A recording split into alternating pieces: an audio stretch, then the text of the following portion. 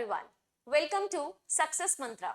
I'm Siddhi and I'm back again with another amazing interview session for all of you.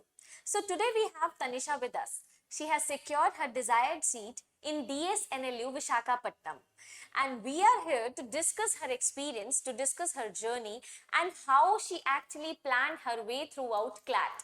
So let us know her story through her words. First of all, we would like to congratulate you, Tanisha. We would like to congratulate you and your entire family for this success. Thank you so much, ma'am. Thank you so much. I would like you to introduce yourself to our audience. Okay, so my name is Tanisha, and I was a 2-year program student in Success Mantra. I was in Nirman Vihar batch, Nirman Vihar Center. So I was in a weekend batch. Well, to start off with, I joined Success Mantra when I was in 11th grade, and when I joined Success Mantra, that was my starting point to actually enter the legal field. And well, now I'm grateful and I'm very happy to announce that I have secured a seat in DSNLU. So that's a great thing and that's a great feeling. So, Tanisha, of course, many of the students they fight for NLU Bangalore, Nalsar. They do have a fight for all this. You must also be having a fight for that tier only. So, please let the students know that what is actually the mental pressure once you are fighting for that tiers, once you are actually struggling to get into it, and once you're getting stuck in tier 2 or tier 3. So, what kind of pressure you get over your mind, how your family supports you at that very moment, and what exactly the support should look like in this scenario? Okay, well, when I joined Success Mantra, it was indeed true. Everyone was so competitive, and I was feeling so out of place. Everyone was fighting. The discussion of break time was always that, yeah, we will go to NLS Bangalore, we will crack the CLAT exam, we will go to NLU Delhi, Nalsar. And of course, there's this thing everyone wants to achieve tier 1 college at least. Well, for that matter of fact, the fight is very real. The fight, the competitive spirit, and also sometimes your friends turn your back because after all, they are your friends. But after all, everyone wants to achieve the same thing only. Well, now coming to the part where you get stuck with tier 2 or tier 3 NLU. Well, honestly, yeah, it's heartbreaking. Even I was a little heartbroken when I saw that I'm getting a tier 3 NLU. But other than that, it's a very great thing. It's a great feeling. I feel lucky because there are so many people who worked so hard for it, and I was the one who was able to achieve that seat. There's this thing as well. And about tier 3 NLU, see, the NLU doesn't really matter. No law college really does matter. The law college, we go to law college because we want to find opportunities. So it's just basically, I talked with Siddhi ma'am, I talked with all the other legal faculty and the Success Mantra faculty, and they really helped me out. They were the main reason. They were the one who put me out of that pressure. And now I'm very lucky to achieve a seat in NLU at least. That's so great. So I believe each and every student out there should be having a feeling like this only, rather than being demeaned with this feeling that we are in tier 2 or we are in tier 3. They should be having this spirit in themselves that at least we got a chance to stand over there where multiple students are fighting to still come, right? And of course, I would like the families also to have that sense of understanding towards the students so that they are not demotivating them or they are not blaming them for this much rank. Rather, they should be highlighting their active presence of mind that they could at least score this much and they are in the list of NLUs. That's exactly the great point, I believe. Yeah, yes, for sure. The parents should really support the children because if they are not supporting them, then the upcoming 5 years of their children, of their ward uh, will Very be traumatic. traumatic. Yeah, Great. traumatic. Okay. So, Tanisha, like an entire journey, you told that you were a student of class 11th when you joined. So, wasn't it difficult to manage your school and your coaching altogether? Well, of course, managing the school and coaching together is quite difficult. And there's one thing that I really want to clear. The people who say that one should manage both school and coaching, you can't do that. it's impossible, it's not really possible, not really feasible. You have to sacrifice one or other thing. And honestly, 11th and 12th grade is quite easy. Please trust me, because I was the one, I didn't give any pre-boards and I still secured 90 plus marks in boards. So yeah, it's manageable. It's manageable.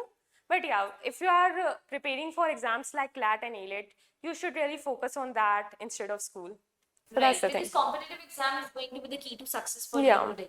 So yes, I'm not saying I'll never promote everyone saying that you should be ignoring boards. No, but you should be paying complete attention once you are studying in school, and then you should be having your entire time of attention for your competitive examination.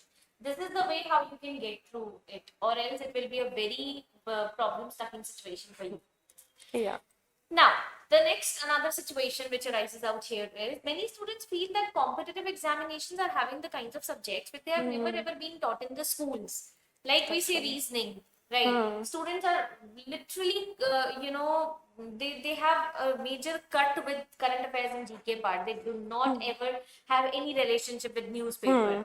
So this is again a very major hurdle for the students who are very newly entering into the area of this competitive exams. And another important part is like you can say the legal reasoning, because English is something they have been studying in their schools also. Maths is something they at least have studied it till class 10th. But then for legal reasoning, for critical reasoning, and for CAGK, it becomes a very major obstacle for the students. So was it an obstacle for you also? Well, of course, when I started my journey, it was a big obstacle for me. And if we talk about the marks, I was scoring in 20s. So that was also a thing. But then again, that's what coaching is for actually. When you join the coaching, there is so many people who guides you, who teaches you. So these subjects like legal reasoning, CAGK, even maths, the tricks of maths and everything, because after all you have 120 questions and you only have 120 minutes, you need some tricks and tips. So well, coaching really helps you with that. And of course your hard work also plays a major role. So yeah, it's basically depends on you, and it depends on the coaching center that you are going to. Yeah, exactly. So the another question I have is which one was your the toughest subject according to you? Okay, well, for me, the toughest subject was reasoning. Yeah, I believe reasoning, because I was quite good with analytical reasoning, but I was severely lacking when it comes to the critical reasoning. So it was a major problem for me. And I used to practice sheets and sheets for that. And yeah, that was the major tough part for me. Great. Many students do have a problem with critical reasoning. They generally come to us and tell us that they are stuck with critical reasoning. How did you come up through it? Like, of course, you have scored such a good rank. So, how did you come up through it? How did you manage to cope up with critical reasoning? And after all, it's a new subject for you. You are not being taught in schools also. So, how did you cope up with it? Well, the main key and the main answer and the main solution to that problem is practice, because practice makes anyone perfect, I believe.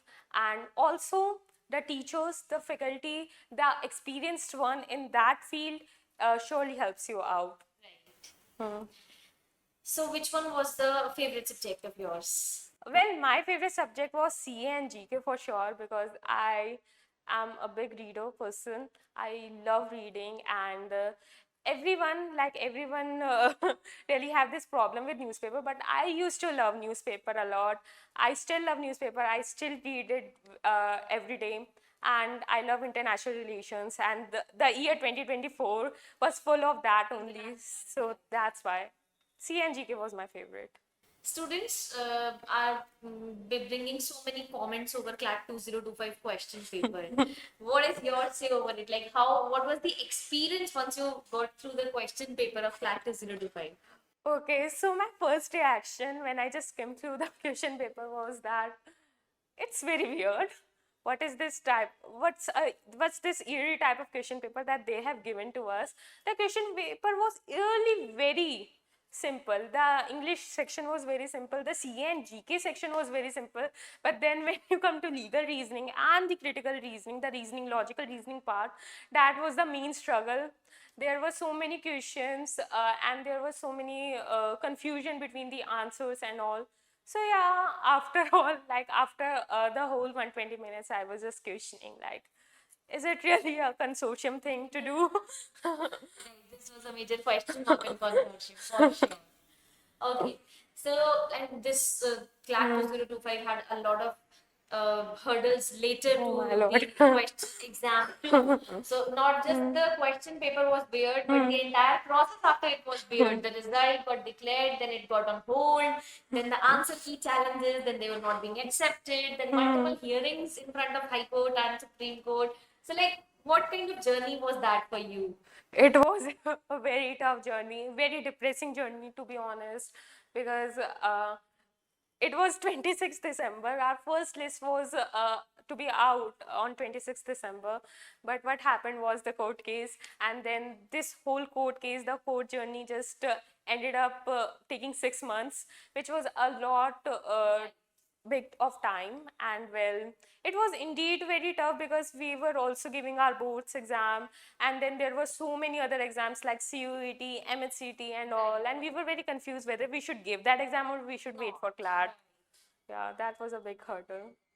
Any which ways, everything has been crossing with time, and you have achieved your desired seat also. So we shall not be focusing on the past things now, I believe. Yeah. Rather, we should be waiting for the future upcomings for us. So we are very happy for you, Tanisha, and we would eventually wish you all the very best for your journey ahead.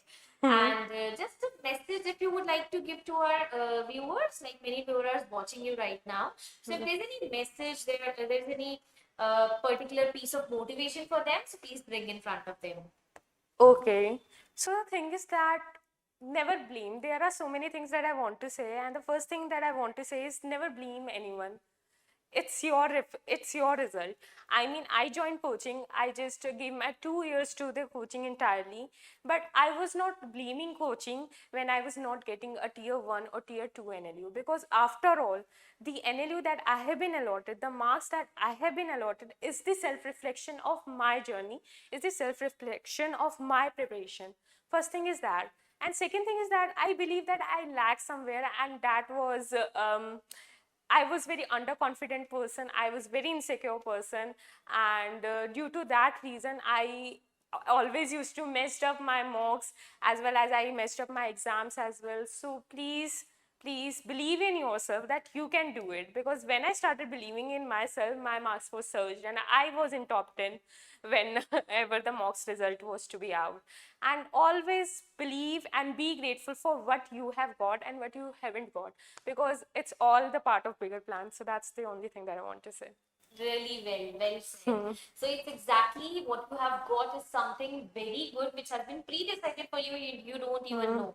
We should be believing in what is destined for us, That's right? true. So she was already having the destiny for NLU Vishakhapatnam, and hence she is going to be there. So just rock on over there.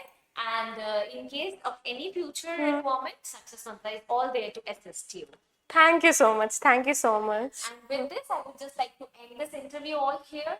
And to all the viewers, just stay consistent, just prepare. And in case of any query, any question, comment section is there. Please put your comment over there. Until then, stay tuned to us.